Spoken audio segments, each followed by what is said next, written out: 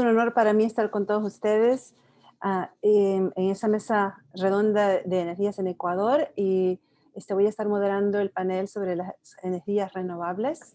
Y conmigo voy a tener un panel de expertos a nivel internacional y también a nivel nacional. Estoy muy encantada de esto. Ya veo que están entrando los panelistas. Mientras los esperamos, quiero darles las gracias a los patrocinadores, Hartree, Geopark, Integra Capital, por su patrocinio de este evento. Bueno, tenemos a nuestros panelistas entrando y de veras que lo que dijo el ministro nos ha dado, como que nos ha servido para comenzar este panel, esta discusión. Entonces tenemos con nosotros al viceministro de Electricidad y Energía Renovable, Hernando Mechán, también el CEO y presidente fundador de Orel Energy Group, Germán Cholmir, quien, bueno, tiene mucha experiencia internacional. También con experiencia internacional está Elisa Figueroa, quien es gerente de ventas de la región andina de la empresa MAN Energy Solutions. Es una empresa europea que está muy fuerte en el tema de las energías renovables y en las nuevas tecnologías. Ella nos va a hablar un poco de eso también. Y por supuesto, tenemos a alguien que es está muy de lleno en el tema de energías en Ecuador, Eduardo Rosero, que no lo veo. No sé si ya entró. Eduardo es el presidente de la Asociación Ecuatoriana de Energías Renovables y Eficiencia Energética, AEERE. Bienvenido, Eduardo, ya veo tu foto. Bienvenido. Bueno, vamos a comenzar nuestra discusión. En este panel voy a comenzar con una pregunta donde cada uno va a tener la oportunidad de, pues de dar sus comentarios. Y esto tiene que ver, es a nivel macro. Vamos a comenzar con cuál es el panorama de las energías renovables. Tuvimos nosotros una junta en Quito en julio del año pasado, julio-agosto del año pasado, del 2019, y se tocaron 3 puntos. El tema de las energías renovables, en esa época se iba a hacer la primera licitación de las energías renovables no convencionales y de las que habló el ministro también al principio. Luego hablamos de generación distribuida y de eficiencia energética. En esta junta que tuvimos en la sede de OLADE en Quito, habían personas, representantes del gobierno, de la Cámara Reguladora, de las industrias de electricidad, también energías renovables, de la academia. O sea, era un grupo muy diverso, donde hablamos de cómo estaba el Ecuador, cómo iba, cómo podía descarbonizarse más y cómo podía atraer inversiones. Ahora, eso fue a fines del verano del 2019. Estamos entrando en el 2021. Ahora quiero que ustedes, por favor, me digan cómo ven el panorama en Ecuador, cuáles son sus perspectivas, cómo podría la energía renovable ayudar a la recuperación económica del Ecuador. Comenzamos con el viceministro Hernando. Muy buenos días, muchas gracias por la oportunidad. Saludo muy cordial a las personas que nos acompañan en este panel. Y en cuanto a la consulta de la perspectiva o del horizonte que se tiene en el país con las energías renovables, pues es sumamente amplio. En primer lugar, porque es una vía, una dirección, un objetivo planetario. En segundo lugar, porque existe ya una estructura legal, una estructura técnica, un desarrollo, innovación, la ciencia dedicada a la investigación de las nuevas metodologías y de las nuevas tecnologías que ayuden a que esta conversión de la energía primaria limpia y renovable pueda traducirse en electricidad. Cada vez los costos han disminuido y las posibilidades son mucho más amplias. En el país, como lo expresó el señor ministro momentos atrás, existe aún un enorme potencial de aprovechamiento hidroenergético. Tenemos un valor estimado en los 21.900 megavatios todavía aprovechables, de los 4 o 5.000 megavatios que ya se han aprovechado y que están operando para brindar al país el 91% de su demanda eléctrica. Para ello, pues, a partir de la promulgación de la ley orgánica del Servicio Público de Energía Eléctrica, vino a continuación el reglamento a esta ley y posteriormente la ley de eficiencia energética y un reglamento a esta ley de eficiencia energética que está en construcción, en elaboración para los próximos meses, y todo aquello apunta a un desarrollo sostenido, en primer lugar, de las energías renovables en función de los estudios, de las capacidades y el potencial que el país tiene en recursos hídricos, eólicos, solares y además en el tema de la biomasa y la geotermia. Todo aquello pues nos da la posibilidad de continuar trabajando en estos ámbitos, más aún cuando ahora tenemos ya la fortaleza de la participación de la inversión privada para trabajar conjuntamente con el Estado, con la empresa pública y poder llevar adelante estos procesos.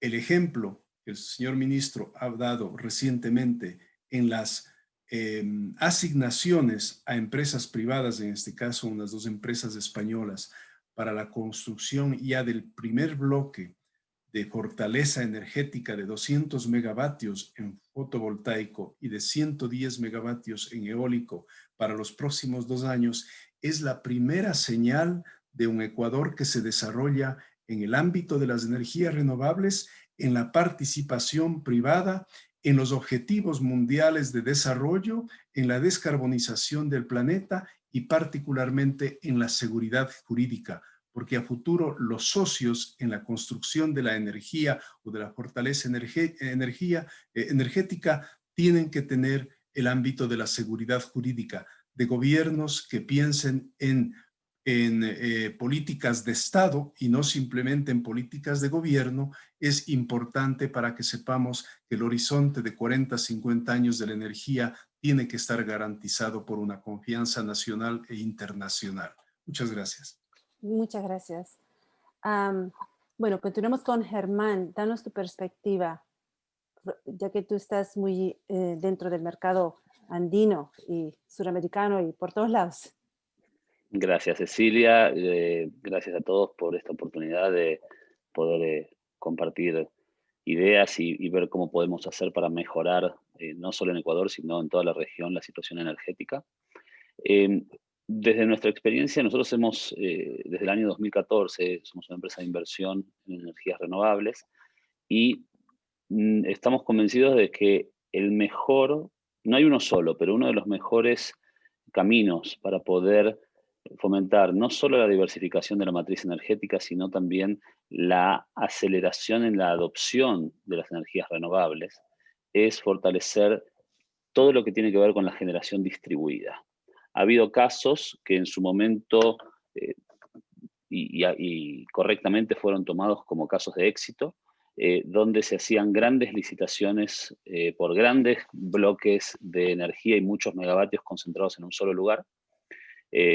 Todos festejamos eso porque eran grandes proyectos, pero el problema es que para adelante, una vez construidos, eso genera un montón de problemas en la red, desde saturación de nodos y una cantidad de necesidad de inversiones muy importantes, donde en ese tipo de situaciones el que carga con el peso financiero es el Estado. Entonces, un poco es un círculo vicioso en donde el Estado fomenta las renovables sabiendo que dentro de 4 o 5 años va a tener que hacerse cargo de una red saturada. Por eso la generación distribuida nosotros creemos que es uno de los grandes catalizadores del desarrollo, además de poder cumplir con, como bien el señor Merchant mencionaba, los objetivos mundiales de poder trabajar en una matriz energética mucho más limpia, que tiene efectos desde la salud hasta en la economía, pero además porque la generación distribuida es un gran generador de empleo.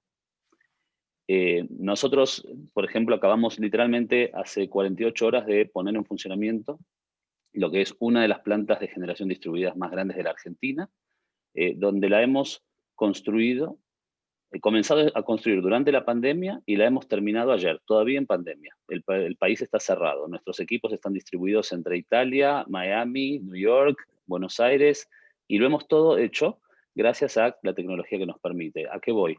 Ese proceso nos permitió también hacer una transferencia tecnológica y una transferencia de know-how a la población local. ¿Por qué? Porque no solo contratamos gente local, pues no enviamos a nadie, enviamos literalmente a una persona, sino que les enseñamos a cómo hacerlo. Y eso es fantástico para el desarrollo. ¿Por qué? Porque mañana ellos pueden estar en capacidad de poder hacer sus propias plantas. Necesitarán inversión, pero eso es, la discusión financiera es otra.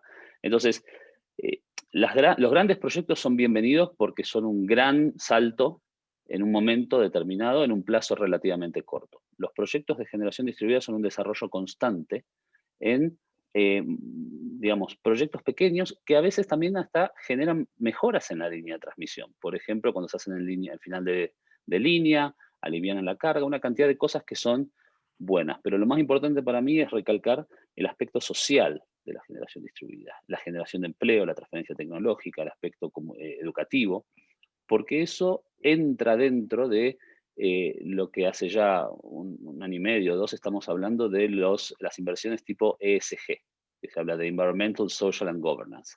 Hoy la gran mayoría de todos los fondos institucionales de inversión están buscando proyectos que califiquen como proyectos ESG. Entonces, si uno puede combinar la parte ambiental, que es la E, environmental, con la parte social, que es la S, eso genera un círculo virtuoso que rebalsa a toda la sociedad.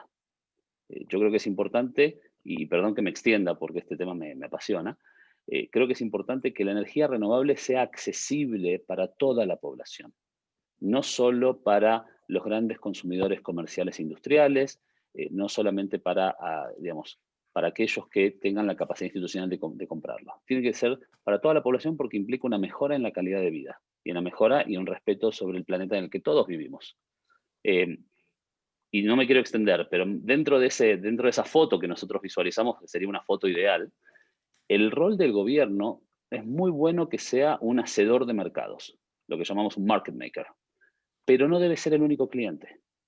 Debe mostrar una iniciativa, debe mostrar reglas claras. Las reglas claras son importantes, pero las reglas estables son críticas.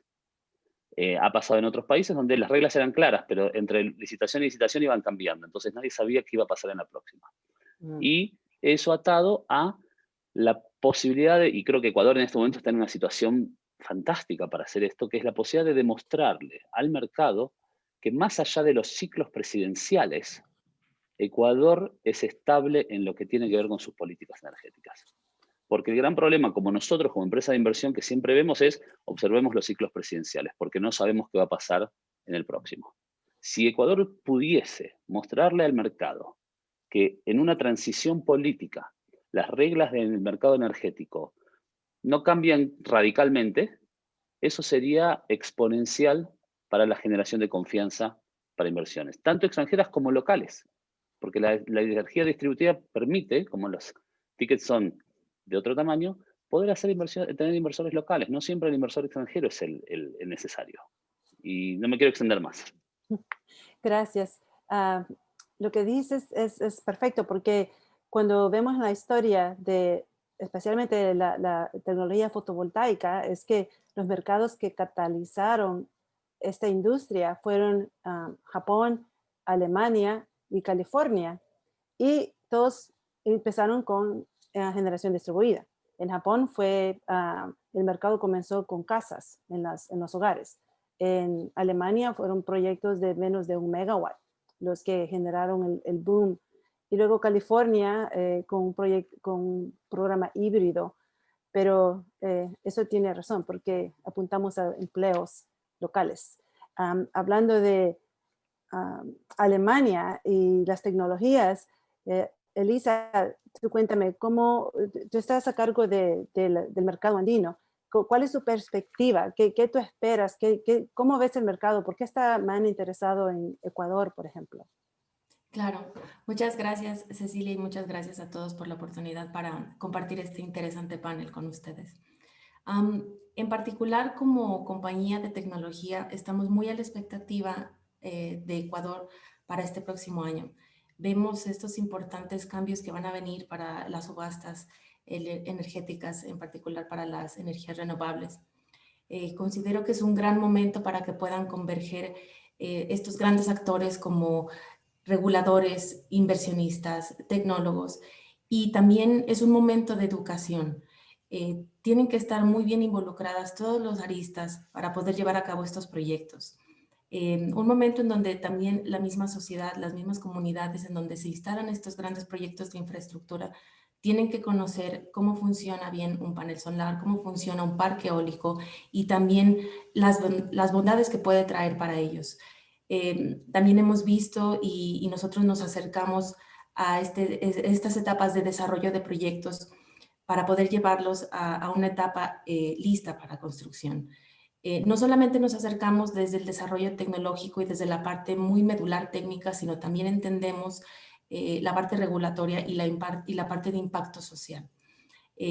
También incluso nos acercamos para poder llevarlos de la mano y que podamos ir juntos hacia las tecnologías emergentes que complementan a las renovables, lo que son las microredes inteligentes que permiten el intercambio de energía con medidores inteligentes, incluso también las tecnologías que permiten agregar generación base y estabilizar la red por esta intermitencia natural de las tecnologías renovables, como es la producción de hidrógeno verde. Ahorita es un tema muy en auge entre todo el tema y las charlas en cuanto a tecnologías para generación renovable. Estamos también hablando de almacenamiento energético térmico, ya sea en frío o en calor, y que puede ser también despachable directamente hacia la industria y a todos los procesos de manufactura. Estamos hablando también incluso de almacenamiento energético con aire comprimido, con aire líquido. Y hay varios casos de referencia que existen a nivel global. Entonces, nosotros como compañía tecnológica estamos muy expectantes y con toda la disposición de apoyar a esta transición tecnológica. Muchas gracias. Ahora, Eduardo, tú que estás ahí como decimos aquí, en el front line del mercado, y escuchaste que el viceministro dijo, la opinión internacional, está la tecnología aquí, tuvimos esa junta en Ecuador. ¿Cómo tú ves tu mercado? Sí, bueno, muchísimas gracias, Cecilia. Quisiera, en representación de la Asociación Ecuatoriana de Energías Renovables y Eficiencia Energética, agradecer también al Instituto por la organización de este evento y en especial a Jeremy, Jacqueline y a ti. Además, como estuvimos desde el inicio, hemos escuchado atentamente las palabras de introducción del ingeniero Alfonso Blanco y del ministro de Energía, René Ortiz. Yo creo que en el sector privado pensamos que la perspectiva del mercado de las energías renovables para el 2021 en Ecuador va a ser un reto de desarrollo con diferentes tecnologías. Como lo indicó Alfonso en su charla de apertura de la mesa redonda, estamos nosotros convencidos que el sector de la energía en un escenario post-pandemia va a tomar un rol relevante en diferentes modelos de desarrollo, basados todos en la participación del Estado, como también la participación del sector privado. Estamos seguros que el potencial de energía renovable no convencional para Ecuador, sea energía solar fotovoltaica, energía eólica, bioenergía y otro tipo de renovables, ayudará y complementará a la producción hidroeléctrica y constituirá un importante ahorro. Tenemos la ventaja de la flexibilidad de un sistema hidroeléctrico robusto, que alcanza de momento una cobertura entre el 85 y 90% a nivel nacional. toda la generación distribuida por fuentes renovables ayudarán de esta manera al almacenamiento de agua en los embalses hidroeléctricos para que este potencial pueda ser usado posteriormente en la hora pico a un costo mucho menor que si usásemos energía térmica en el mismo periodo de tiempo. Vemos con optimismo la intención del gobierno y de sus autoridades principales en impulsar las regulaciones de generación distribuida, tanto para autoconsumo, así como para inyección y comercialización en la red. La asociación contribuyó ya de forma activa en la formulación de observaciones para dichas regulaciones, algunas de las cuales han sido acogidas favorablemente por el equipo técnico. Y justamente en estos tiempos de transición energética mundial y de desarrollo tecnológico disruptivo, vemos que en Ecuador, así como en algunos otros países, el marco normativo no avanza a la misma velocidad de las posibilidades tecnológicas y de esta manera se va bloqueando la posibilidad de un mejor uso de sistemas energéticos eficientes. Vemos cada vez con más fuerza e interés, como sucede también en otros países, que el sector empresarial e industrial quiere involucrarse activamente en el desarrollo de proyectos energéticos. No obstante, hay algunos impedimentos plasmados hasta en la Ley Orgánica de Servicio Público de Energía Eléctrica que impiden esta mayor participación de generación privada en el sector de la autogeneración y que se debería corregir con una reforma normativa adecuada a las actuales circunstancias. Tenemos que anotar que aparte del avance tecnológico que supone una actualización normativa de este calibre, también es importante tomar en cuenta las circunstancias económicas actuales del país que determinan un modelo de negocio diferente, como lo anotó el señor ministro Ortiz en su charla inicial, refiriéndose a la sobreregulación del sector eléctrico. En esta última década, se han realizado importantes inversiones por parte del Estado para aumentar la capacidad instalada hidroeléctrica y estas significan un enorme esfuerzo del presupuesto general del Estado y compromisos también de deuda a largo plazo que no están contemplados en la fijación del costo normativo o pliego tarifario vigente.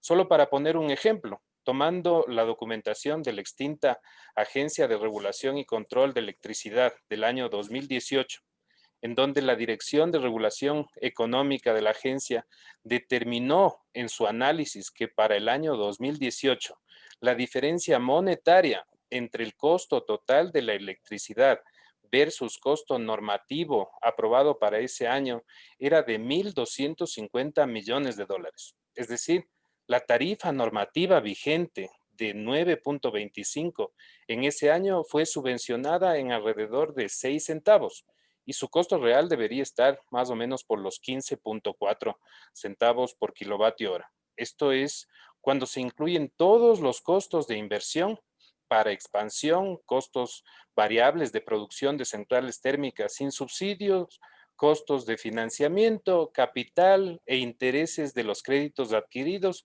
para la expansión de la generación, que son cargados directamente en el presupuesto general del Estado y pagados por el Ministerio de Finanzas. Si se toman en cuenta estos valores reales que el Estado está incurriendo para dotar de electricidad al país, entonces es lógico que se propicie a la generación distribuida y más si es por fuentes renovables no convencionales como posibilidad de expansión y modelo de negocio exitoso, involucrando naturalmente a la participación e inversión del sector privado. La generación distribuida inclusive debería ser parte en la modelación en el plan maestro de electrificación y todas sus actualizaciones. Yendo nuevamente un momento con el análisis del costo real de la electricidad, se determinó además que los costos de rubro de financiamiento ascendían para ese año a 874 millones de dólares, lo cual constituye casi un 1% del PIB nacional. Me imagino que esta pesada carga para el fisco es la que motiva al Estado ecuatoriano a proponer la monetización de varios activos, como es el caso de la hidroeléctrica sopladora, y así concesionar la administración y operación al sector privado. Por otro lado, en Ecuador hemos dado importantísimos pasos para la promoción de energía renovable no convencional. Ya lo puntualizó el señor ministro, pero quisiera ampliar la información de los dos proyectos de renovables, del uno fotovoltaico y el otro eólico, porque estos servirán de base para el desarrollo del sector de las renovables en nuestro país. Las tarifas ofertadas por las empresas participantes en estos procesos públicos de selección son históricas para este tipo de tecnología. En el caso del proyecto fotovoltaico El Aromo de 200 megavatios, la empresa adjudicada, que fue SolarPack, importante empresa española, ofertó la tarifa de 6.93 centavos por kilovatio hora, lo cual incluye la compra de los terrenos al Estado y el acondicionamiento de los mismos. Aquí cabe aclarar que estos terrenos donde va a ser desarrollado el proyecto fotovoltaico son adyacentes al sitio allanado para el proyecto de refinería. Por otro lado, dentro de esa tarifa también está incluida toda la infraestructura de evacuación de la energía, es decir, subestación, línea de transmisión, por lo cual el Estado no incurre en estos costos. Para el caso del proyecto eólico Villonaco 2 y 3, la tarifa también ofertada es bastante histórica, que la empresa desarrolladores del grupo Cobra fue de 6.198 centavos por kilovatio hora. Y esto incluye también, como similarmente al otro proyecto fotovoltaico, la compra de terrenos privados, infraestructura de evacuación y todo lo necesario para conectar al sistema nacional. Con esto quisiera concluir esta primera parte diciendo que el potencial de desarrollo de las renovables del Ecuador y la proyección tiene mucho espacio dentro del desarrollo post-pandémico y desarrollo energético del país. Gracias, Cecilia. Muchas gracias. Bueno, para continuar, queremos hacer también una encuesta. Entonces, vamos a poner la encuesta y a medida que continuemos con el panel, entonces ustedes, los que están asistiendo, pueden responder y tal vez cambiar su posición. No sé si Diana o Jacqueline pueden poner la encuesta. Mientras, hay una pregunta del público que dice que hasta la fecha, ¿en qué porcentaje ha crecido la energía? Oh, aquí está. ¿La pueden ver? La pregunta es para los asistentes. ¿Cuál cree que es el elemento más crítico para que el mercado de las energías renovables atraiga la inversión necesaria para un mayor despliegue en el 2021? Escoja una de las 4 respuestas.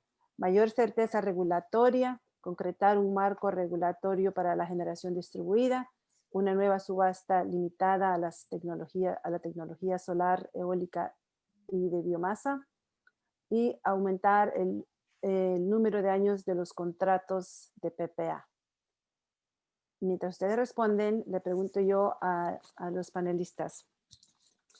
La pregunta que se hizo del público es ¿qué porcentaje han crecido las energías renovables fotovoltaicas en Ecuador? Y este es para el señor viceministro. ¿Existe actualmente apoyo a estas empresas? Perdón. Sí, muchas gracias. En efecto, el porcentaje actual en operación de las energías renovables está en el orden del 1 al 2% de toda la cobertura de la demanda. Consideramos que aún es un porcentaje muy bajo para las energías renovables no convencionales. No obstante, como habíamos indicado anteriormente, de la energía renovable de origen hídrico, estamos trabajando con el 91%. Las licitaciones que se dieron ya, las adjudicaciones que se dieron ya en el pasado mes de diciembre, nos permite aumentar sustancialmente este porcentaje en el orden de 200 megavatios en solar fotovoltaica y 110 megavatios en eólica, que se sumarían a los 16 megavatios que ya existen en energía eólica y que está en operación en la provincia de Loja. Más aún cuando tenemos otra nueva planta que entrará próximamente en funcionamiento en el año 2021, la planta eólica de Huascachaca, que está administrada por la compañía electrogeneradora Elegaustro. Entonces, en este sentido, ya tenemos un crecimiento sustancial para el año 2021-2022 del porcentaje de energías eólicas, de energías renovables no convencionales. Y dentro de esto también es importante manifestar que está lanzado un proceso de licitación de PPS, de procesos públicos de selección, para un bloque de 200 megavatios renovables que estarán saliendo a la luz en los próximos meses, en los que incluyen una serie de aprovechamientos hidráulicos que pueden completar hasta 120 megavatios, aprovechamientos solares y eólicos del orden de 50 megavatios y 30 megavatios para la generación en base de biogás o de desechos o de residuos sólidos urbanos. Entonces, el crecimiento parte en este año 2021 con todas estas aportaciones que ya son muy grandes, diríamos en cierta forma de orden industrial, de mayor consistencia en una misma planta generadora.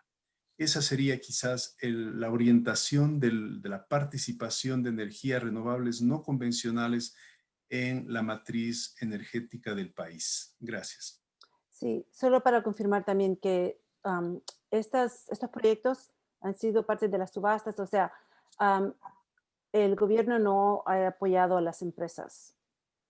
En el apoyo a las empresas, yo creo que en este punto el gobierno ha dado una señal muy clara, la seguridad jurídica.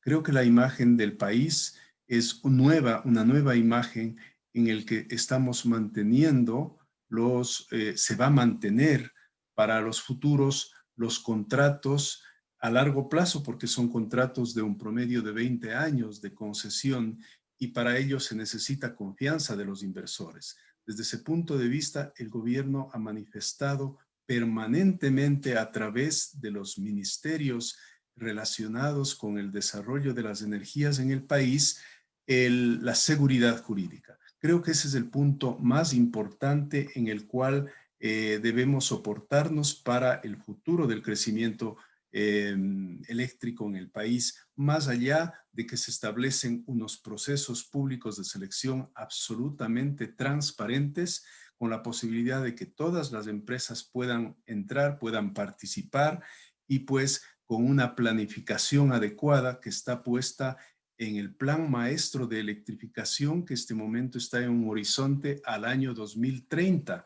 Y en el año 2030 ya se incluyen todos estos procesos que están absolutamente organizados, preparados, con las reglas claras y además publicados en el portal internet del ministerio para que en cualquier parte del mundo se pueda conocer cuál es la política del Estado y cuál es la política del gobierno. Muchas gracias. La siguiente pregunta es, ¿qué falta en el marco regulatorio para acelerar la adopción de generación distribuida? Esta pregunta, Eduardo, me gustaría que tú la contestaras y escuchar también observaciones de Germán. ¿Cuáles son las correcciones realistas que se pueden lograr, que se pueden implementar en el corto tiempo? Porque, como lo vimos, el marco regulatorio es lo que está haciendo posible que estas energías renovables entren. No hay necesidad de darle subsidio a las empresas ni a las tecnologías. También queremos escuchar de Elisa. ¿Qué es lo que se necesita para, por una parte, está eólica y solar, que no necesitan subsidios, pero sí necesitan un marco regulatorio que les pueda dejar entrar y acelerarse?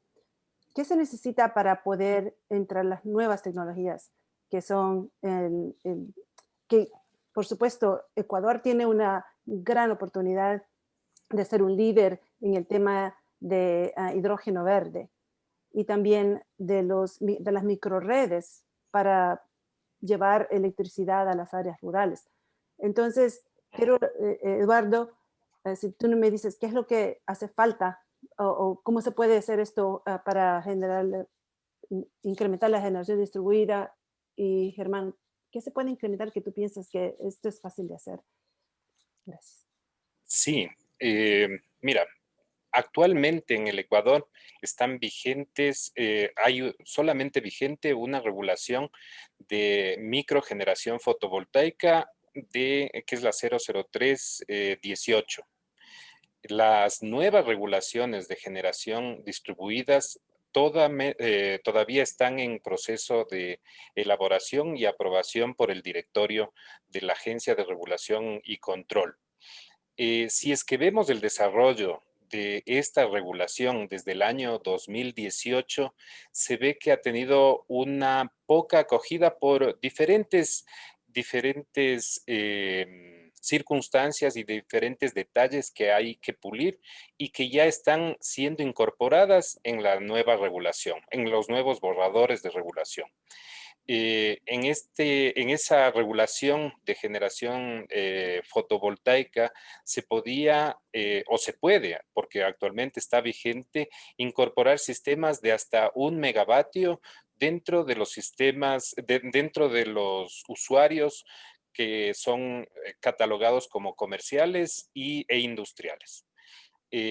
Pero esto ya llevado al ámbito más de generación distribuida para ser aplicado en un sector industrial pujante, podría ser un limitante muy distorsivo. Es decir, si nosotros pudiésemos incorporar la regulación como en varios países, ¿no? Chile, México, Brasil, que han incorporado muchísima generación distribuida para el autoconsumo con sistemas de hasta 5 megavatios, 10 megavatios, lo que pueda avanzar la red de distribución también para abastecer.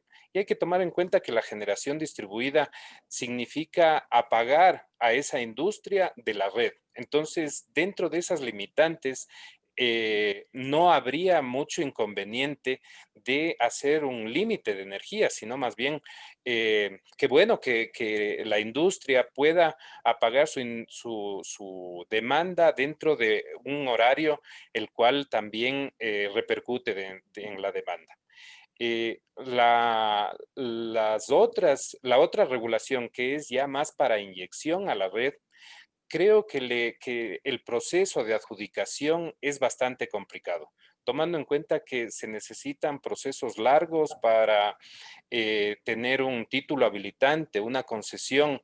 Las empresas necesitan programar muy a largo plazo para obtener una concesión de este tipo. Y eso yo creo que el dinamismo que tiene el sector de las renovables, como lo anotaba Germán, las oportunidades de negocio que presentan, ya no solamente por la parte tecnológica, sino son instrumentos financieros, los cuales estos apalancan nuevas inversiones y diversifican un poco el riesgo de la generación y de la calidad de la energía, deberían ser aprovechados con tiempos más cortos para la obtención de títulos habilitantes, de procesos públicos de selección, los cuales están determinados en la ley. Eso como indicación general. Preferiría que los otros participantes también incluyan sus observaciones. Claro que sí. ¿Cuál es el número de la regulación? Alguien está preguntando. La regulación vigente es la 003-18 de la agencia. Antes era Arconel, ahora tiene un nombre mucho más largo, pero es la regulación para generación fotovoltaica. Las otras son borradores y cuando ya se expidan tendrán su número de expediente, su número de catálogo, sí. Mil gracias. Ok, Germán, tus comentarios. Sí, gracias. Me pareció fantástico el aporte de Eduardo porque es muy certero y va directamente al grano. Mi aspecto, mi aproximación es un poquito más financiera. Importantísimo.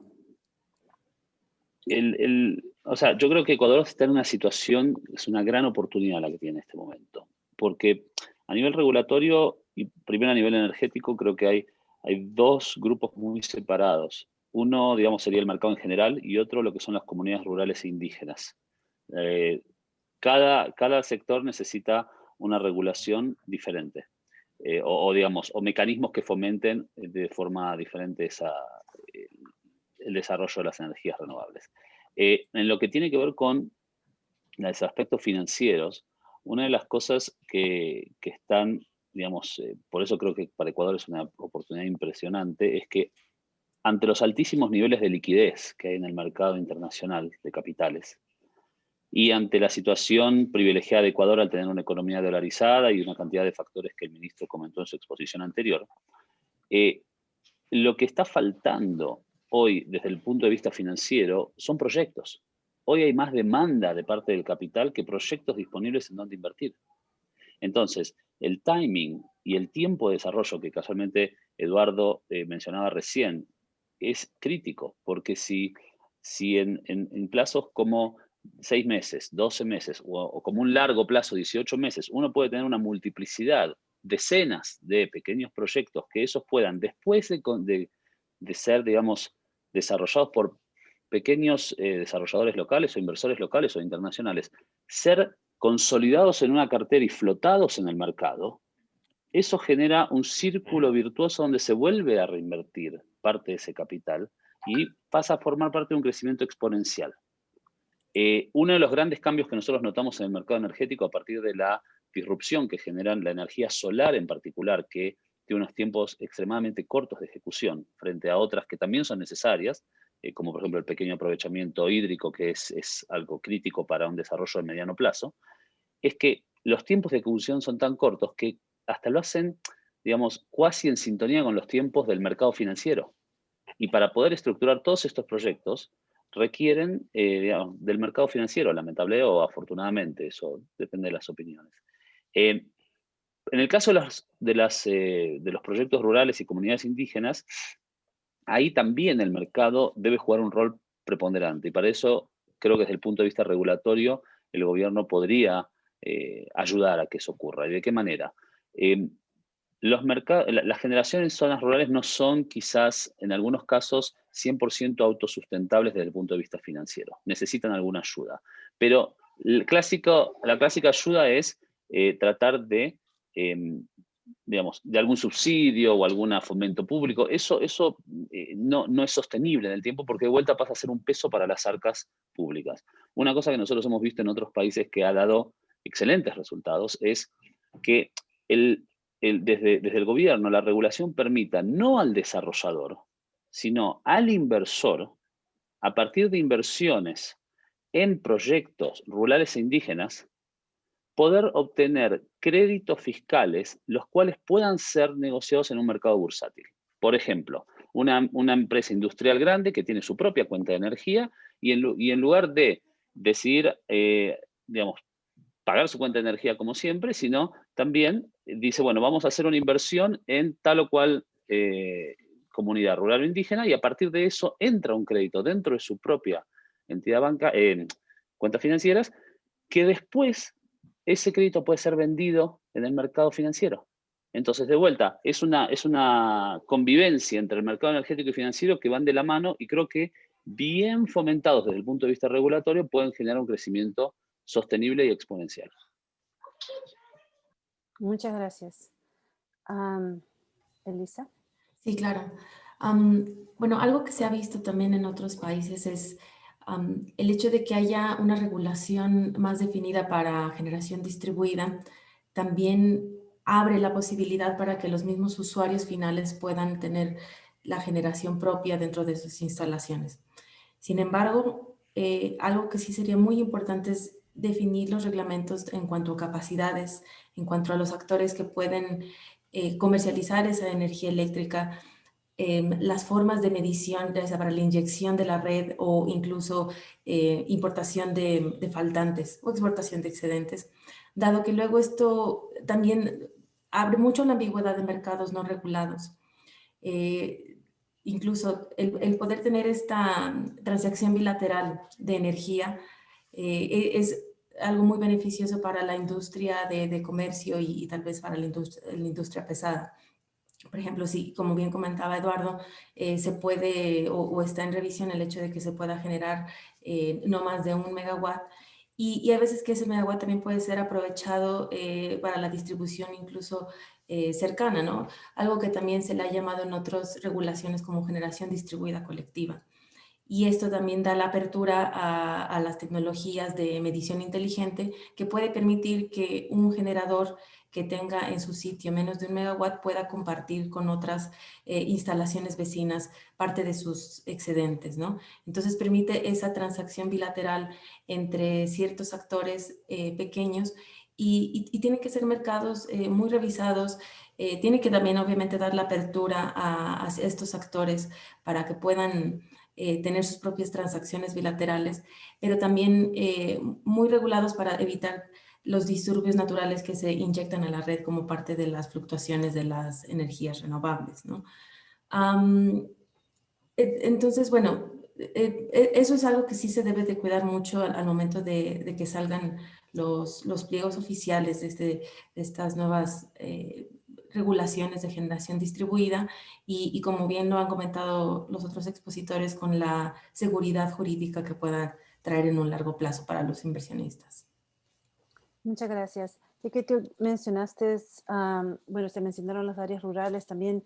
Hay una pregunta de cómo pueden las comunidades rurales e indígenas adoptar las energías renovables en sus territorios. Hemos visto que hemos aprendido de lecciones de lo que de los proyectos que se han hecho antes. ¿Cómo se puede mejorar la relación o que las comunidades pues quieran esta energía en sus lugares? Y esto es pues para todos los panelistas el señor viceministro se puede dar sus comentarios al final. No sé, Cecilia, si te parece que pueda hacer un pequeño comentario al respecto. Yo creo que hay un componente no solo educativo, sino también, digamos, social importante a la hora de adoptar estas tecnologías desde el punto de vista de las comunidades rurales e indígenas. Creo que, y gracias a la situación en la que estamos hoy, nos permite, como hemos hecho hace poquito, construir una planta sin tener que pisar el terreno. Es más, nosotros la planta que hemos hecho que conectamos hace 48 horas, la persona que contratamos como project manager local, yo jamás la vi en persona, la contratamos por Zoom y construimos la planta, con lo cual mañana la tecnología nos permite poder contratar a alguien en esa comunidad rural y construir la planta. Entonces, desde el punto de vista de desarrollo, hoy es viable. Desde el punto de vista financiero, cada situación es muy diferente. Yo creo que hay situaciones que son autosustentables desde el punto de vista financiero y otras que necesitan quizás algún tipo de apoyo. En caso de necesitar apoyo, sería muy importante que ese apoyo no represente para las arcas públicas una carga en el largo plazo, sino que sea simplemente un disparador de una situación que luego se mantenga por sí misma. Gracias. Elisa, ¿tienes algún comentario? Sí, claro. Bueno, parte también de lo que había mencionado, creo que es muy importante asociar la educación en cuanto a este tipo de tecnologías y en cuanto a la adopción de las mismas. Hemos visto que en algunas comunidades también existe mucha desinformación y también eso luego propicia el impedimento de este tipo de proyectos de infraestructura. Hemos visto que otras compañías se acercan en etapas muy tempranas a explicar los beneficios que puede traer el poner estos proyectos de infraestructura e incluso se han visto programas que propician a cómo manejar la instalación de todos estos paneles fotovoltaicos. En particular he visto algunos que está dirigido a mujeres. Entonces, mujeres de ciertas regiones o de ciertos sitios ahora se convierten en instaladoras y conocen y toman como propia también esa adopción de la tecnología. Se motivan y es parte del empoderamiento también de comunidades indígenas y en general de familias, ¿no? Entonces, también se ha visto que la consulta indígena e incluso también consultas arqueológicas, el respeto a sus terrenos, a sus culturas, es parte de todo un proceso legal, de todo un proceso técnico propio que tiene que ser regulado y respetado al momento de que todos estos proyectos de infraestructura se implementan.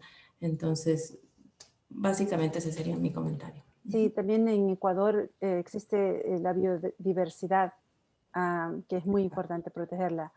Eduardo. Sí. Miren, en Ecuador tenemos ya desde hace algunos años las primeras experiencias con proyectos conectados en la región amazónica. Eran proyectos aislados de comunidades que se las hizo en el periodo del año 2002 hasta el 2005, estas conexiones de comunidades con sistemas fotovoltaicos. No se percibieron resistencias de la comunidad frente a la tecnología, porque simplemente eran sistemas donados por el gobierno para incrementar su acceso a diferentes tipos de usos, como podrían ser inclusive la refrigeración de vacunas y un par de otros usos que tenían en esa época. Hablemos de que todavía el nivel de cobertura de celular era incipiente y no se necesitaba ni siquiera para cargar sistemas de comunicación. Durante el año 2007-2008 también se hizo con la Comunidad Europea un proyecto que se llamaba Eurosolar, donde se dotó a 91 comunidades que fueron preseleccionadas de sistemas fotovoltaicos, y no solamente un sistema fotovoltaico, sino de un involucramiento de las comunidades para el desarrollo específico de sus propias necesidades. Tenían a cargo también la instalación de un sistema de computación con conexión satelital para centros de consulta, y también, como es lo habitual en comunidades amazónicas, refrigeración para las vacunas y también sistemas para cargar la energía. Aquí en Ecuador, más bien, esos sistemas no han tenido mayor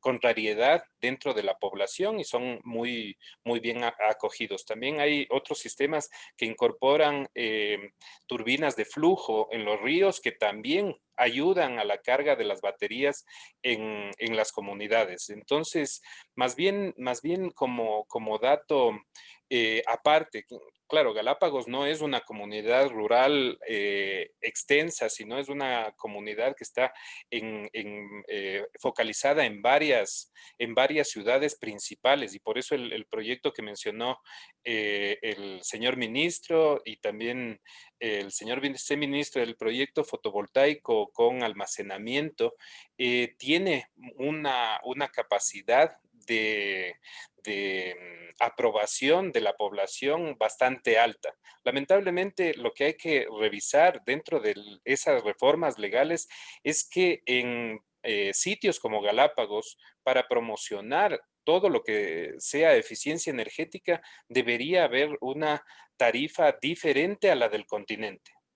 Tenemos que ver que en Galápagos cuesta muchísimo más producir la electricidad, y por consiguiente deberíamos ser mucho más eficientes en el uso de esta energía, ya sea por fuentes renovables o por fuentes térmicas, que es el caso actual de Galápagos. Sí. O por energía eficiente, métodos de energía eficiente, como lo discutimos durante nuestra junta en Quito. Justamente. Señor viceministro, si usted tiene algunas palabras, comentarios. Sí, muchas gracias. Quisiera, antes de entrar en el tema de la consulta, indicar que justamente en esta mañana, en una reunión de coordinación con la Agencia de Regulación y Control de la Energía que tenemos frecuentemente con el viceministerio, hablábamos precisamente de esta relación entre un marco normativo y la velocidad del desarrollo tecnológico, que a veces ha sido en ciertas circunstancias un óbice para el desarrollo de las tecnologías y el aprovechamiento social de procesos innovadores. Vivimos la época del año 80 hacia inicios de la década del 90, en donde el desarrollo de las telecomunicaciones y las innovaciones que se dieron en base a la investigación y al crecimiento de los sistemas informáticos ofrecieron a la ciudadanía, ofrecieron al mundo, al público, una gran variedad, un enorme abanico de posibilidades de comunicación. Pero el país y muchos países en el mundo mantenían una regulación todavía relacionada con el teléfono alámbrico, con el teléfono a través del cobre. Entonces, el aprovechamiento de ese enorme potencial en comunicaciones, en radiocomunicaciones, en telecomunicaciones, se veía limitado por una legislación caduca, antigua. Algo similar nos puede suceder o capaz que nos está sucediendo con el tema de la regulación. Entonces, esta es una señal para que los procesos normativos puedan tener la misma agilidad y la visión de presente y futuro para poder desarrollar y aprovechar las nuevas posibilidades. Y en uno de esos puntos, la generación distribuida cumple un rol fundamental en el aprovechamiento de los recursos cercanos al usuario y también en la participación de los excedentes de la generación pequeña que puede ser compartida con las redes de distribución eléctrica. Ese era un aspecto que quería complementar en mis comentarios anteriores. Igualmente la transición no solamente desde el punto de vista, tecnológico, sino la transición desde el punto de vista legal y desde el punto de vista educativo. Las instituciones estatales, gubernamentales, a través de su potencial de comunicación, de sus portales de Internet, pueden llegar a la comunidad con un ámbito educativo de tal manera que el ciudadano se convierta en un socio que apoye y que tenga confianza en el sector eléctrico, en el sector del desarrollo, para que esta parte educativa sea una fortaleza en el desarrollo de las tecnologías. En lo que tiene que ver con las energías renovables en los sitios aislados, en el país, en la región amazónica, en los sectores de comunidades originarias, pues también, como lo había manifestado Eduardo, ya el Ecuador tiene una cierta experiencia en las cuales las empresas eléctricas de distribución se han ocupado de llegar con energía eléctrica a través de paneles fotovoltaicos, diríamos, familiares, unitarios, de manera que se pueda tener ya la energía en estas familias que en cierta forma están dispersas por la amplitud de la geografía, por una parte, por otra parte, por la dificultad y el costo que implica una red de transmisión o de distribución en estas zonas. Y en el tercer lugar, que quizás ese es el más importante, en el respeto al ámbito ecológico en donde se encuentran ubicadas estas comunidades. Entonces, hay ya un gran avance en ese sentido de la llegada a los sectores rurales amazónicos con paneles fotovoltaicos que ya son operados por las propias familias, por el propio usuario, pagando una tarifa mínima, pero una tarifa que es importante para que pueda sostenerse este sector de la electrificación en zonas de comunidades rurales y comunidades originarias, comunidades indígenas, y que pueda tener también la posibilidad de solventar sus necesidades básicas o su demanda básica de energía, cuál es la iluminación. Por ejemplo, en este sentido, se ha superado muchísimo en el ámbito de la salud la inhalación de humo debido al calentamiento o la iluminación interna que tenían estas comunidades en base de leña o de carbón. Por otra parte, también ya los niños y las comunidades pueden integrarse a un ámbito educativo a través de las teleconferencias, de las reuniones Zoom que se hace ahora con tanta frecuencia y que forma parte de la actividad humana en este momento. Entonces, en ese sentido, pues, creo que se ha logrado dar un paso inicial que evidentemente con las experiencias que se tiene en la instalación de estas unidades, el empoderamiento de cada uno de los usuarios para cuidar este recurso que es indispensable en su vida diaria, también sería importante a futuro cuidar el aspecto educativo para preservar las costumbres, para preservar la cultura, para preservar la identidad y sobre todo el lenguaje originario, que es una de sus mayores riquezas a nivel de comunicación, que puedan tener esta garantía de cuidado de parte del Estado y de cuidado de parte de la comunicación para preservar no solamente el ámbito de la salud, el ámbito de la energía, sino también el ámbito de la cultura y de la identidad de nuestras comunidades. Esa sería mi intervención y mi criterio al respecto. Muchísimas gracias. Ha sido increíble. Gracias por todas sus aportaciones. Ya nos pasamos del tiempo a 2 minutos, así que nos perdonen porque vamos a acordar el break, creo yo, pero antes de irnos, quisiera mostrar las respuestas de la encuesta. Mientras eso pasa, había una última pregunta que teníamos, que era como para apoyar. Oh, aquí está. Bueno, entonces, bingo, todos dijimos casi, bueno, dijeron casi lo mismo. La certeza regulatoria es lo más importante, lo más crítico. Muchas gracias. La última pregunta que no vamos a responder por el tiempo es de cuál es el rol de Ecopetrol en la transición energética. Más que todo, ahora que estamos viendo que hay una gran oportunidad de combustibles verdes, combustibles limpios como el biocombustible e hidrógeno. Así que se lo dejamos al panel de Jeremy para que él haga esa pregunta si le queda tiempo. Muchísimas gracias. Ha sido increíble y un honor para mí estar con ustedes. Muchas gracias. Muchas gracias. Muchas gracias. Hasta luego.